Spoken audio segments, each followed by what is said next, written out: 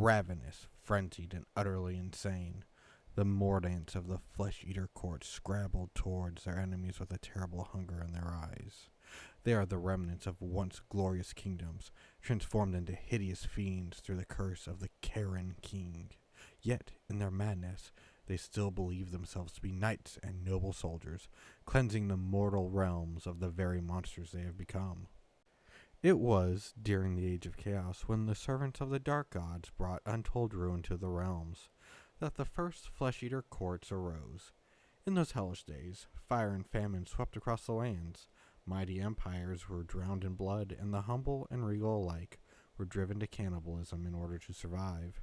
In their desperation, these wretched masses fell under the sway of the Abhorrents, powerful vampiric creatures whose delusions united the carnivorous hordes into terrifying and insatiable armies. By the time the God King Sigmar unleashed his Stormcast Eternals to drive back the Chaos Scourge, the Flesh-Eaters had long abandoned their sanity. The Ghoul Kings and their subjects saw storm hosts not as saviors, but as invaders, come to despoil the lands and impose upon them Sigmar's tyranny. The courts continued to haunt the ruins of their kingdoms, hunting down any foolish enough to trespass into their territories, and pouring out in pallid hordes to devour their enemies. With the dead now rising across the mortal realms, the Flesh-Eater courts are expanding more rapaciously than ever. For the horrors of the Soul Wars, they see a time of joy and plenty.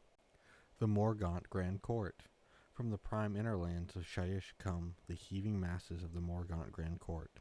Countless pallid bodies stained by their latest slaughter surge across the desolate landscape, to sunder all in their path.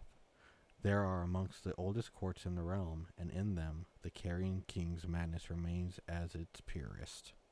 The courts that make up the Morgaunt Grand Court are the descendants of living kingdoms in the realm of death. Their culture had been one of chivalry and honor, in which the gallant and strong fought to protect the weak and unfortunate. When the peoples in these kingdoms were beset by invaders or plagued by prowling monstrosity, the kings would gather their knights and soldiers to their banner and march out to purge their lands of the wickedness. It was said that to become a member of the king's court in those days, an aspiring knight had to prove his bravery and selflessness through service to the king's subjects.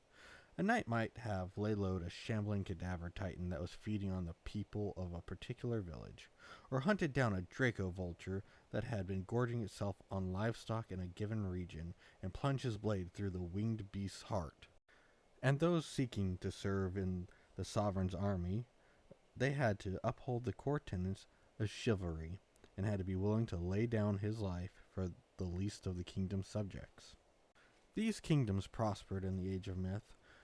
They were hailed by their allies as exemplars of civilization, and respected by the few enemies they had as worthy and honorable foes. They also lived in peace with the dead within their borders, treating the spirits of the departed with the same dignity as they did the living. And it was this coexistence with their ancestors that caused the kingdoms to side with Nagash when Shyish was beset by invaders. The armies of Sigmar and Chaos tore through the realm of death, sundering the magnificence of the kingdoms, scattering their people, and driving them to the brink of annihilation. And yet, from the crumbling ruins, the Morgaunt Grand Court arose. Gifted with the madness of the Carrion King, the Morgaunt saw their corpse-strewn homeland as lush and verdant once more, and their slavering aberrants as pinnacles of nobility. They set about reclaiming their territories from the invaders, driven by the belief that they could return their lands to a state of peace. But in truth, the rise of these courts only served to further soak the northern reaches of the prime innerlands with gore.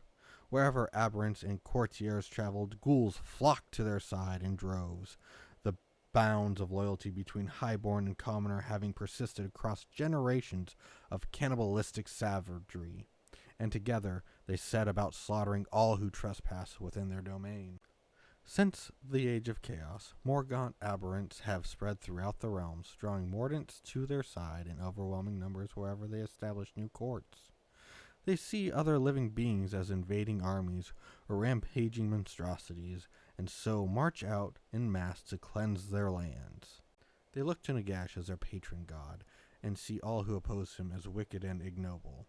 Above all else, they have a fierce loathing of Sigmar, The Morgaunt court believed that, were it not for the God King's betrayal, Nagash would have been able to repel the forces of chaos from Shyish once and for all. As stated before, flesh-eaters of the Morgaunt Grand Court believe themselves denizens of lush and fertile lands, and see all who encroach upon their territories as savage marauders. In their madness, they hold to principles of nobility and honor, defending the weak and innocent whilst fighting to topple those they perceive as wicked. But in truth, the Morgaunt's domain are vast corpse-strewn wastelands through which masses packed of ghouls scamper, running down and butchering all those who are not under the sway of the aberrant delusion. The Morgaunt nobility displays a fanatical devotion to the ghouls that follow them. Courtiers fight with unflagging vigor when surrounded by their subjects, believing themselves to be bold knights standing proud amidst their troops. So too do the teeming throngs of lesser Mordants look at the larger and more crazed flesh-eaters as exemplars, and in the presence of these vaulted figures, they tear into their enemies with savage abandon. The grim charisma that the Mordant courtiers and abhorrents possess see cannibalistic wretches drawn from far and wide to join their armies. Even in the thick of battle, fresh packs of ghouls continue to scrabble towards the mad end calls of the nobility. An unending flow of claws and fangs with which to butcher even the largest opposing force. Crypt ghouls, the backbone of the Mordant Grand Court. Reeking drool drips from gaping mouths, mixing with the blood and scraps of flesh that are lodged between rows of rotting fangs. As one, the crypt ghouls howl and hiss their adjudication for their king, even as they scuttle into battle at his command. Their chipped talons tear at the ground, with maws stretched wider in eager anticipation for the feast to come. Then, with an explosion of intense ferocity, they crash into enemy lines. Ghoul is a word known in almost every corner of the mortal realms. These are the vile creatures who make up the majority of the court's seething armies, and they have an appetite for flesh that is both repulsive and insatiable. Once afflicted by the abhorrence curse, the ghouls do not see themselves as monsters, and the longer they serve their monarch, the stronger the madness becomes. They begin to believe that they are stout foot soldiers of King's court, or keen-eyed scouts ranging ahead of his armies, though in truth they are still a cannibal horde of ragged and hungry monsters. Anyone caught in the path of a ghoul pack has but two choices: fight or be devoured. Once the king has set them on an enemy's trail, the flesh-eating creatures will not rest until they have returned to their master laden with dripping slabs of freshly harvested meat. Crypt ghouls are especially deadly in large numbers. A single creature will take its time feeding, stripping the flesh from its victim until it's reduced its prey to little more than bare skeleton. However, as soon as there is competition for its meal, it flies into a frenzy, swiftly ripping hunks of meat from one enemy before moving on, eager to avoid sharing its war spoils with its demented kin. Utterly devoted to their abhorrent master, crypt ghouls will brave death without hesitation. Any craven part of their soul has been extinguished by the madness for their king, and they fight like rabid beasts, often dying to the last rather than displeasing their lord. In those rare instances when a ghoul does turn to flight, their kin swiftly drag them down. Such is the fate for cowards in the flesh-eater courts, where the courageous fight on in their king's favor, their bellies filled with the flesh of the weak. The Morgaunt court is probably my favorite court within the flesh-eaters. I like the ghouls, I like their ability, and I like how flavorful the abilities come with it. The story and the game abilities that you have, because they get to bring in ghouls. When you have a unit of ghoul dies on a 4-up, they could come back from a board edge. It's really good.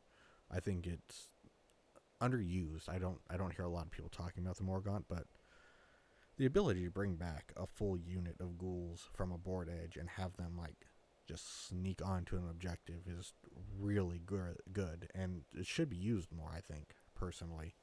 I mean, it's hard to say the Morgaunt are the best, because they're not within the book, but they are underused and I think underappreciated. There are a lot of good stuff in the book, and we will touch into them and get into it later. This has been my palate cleanse for everybody that doesn't want to keep listening to Slanesh stuff, since I know it's new and a lot of people are doing it. So dipped our toes in a little bit of Flesh Eaters. We'll either do a few more videos of this, or we'll go back to some Slanesh or maybe some Orc stuff. Just kind of touch around, see how I'm feeling. But thank you for listening. Thanks for sticking through it, and I'll see you later. Have a great day. Bye.